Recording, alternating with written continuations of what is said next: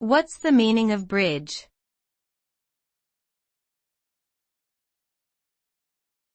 Bridge.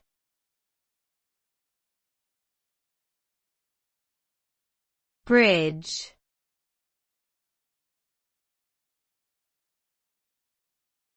Bridge.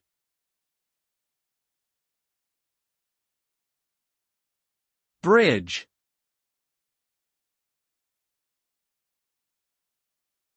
The word bridge can have multiple meanings depending on the context in which it is used. Generally, a bridge refers to a structure designed to provide passage over an obstacle such as a body of water, a valley, or a road. It is typically made up of a deck supported by one or more pillars or abutments. Bridges are not only functional but can also serve as iconic landmarks and tourist attractions. Furthermore, the term bridge can also be used figuratively to describe a connection or link between two things, such as a bridge between cultures or a bridge between ideas.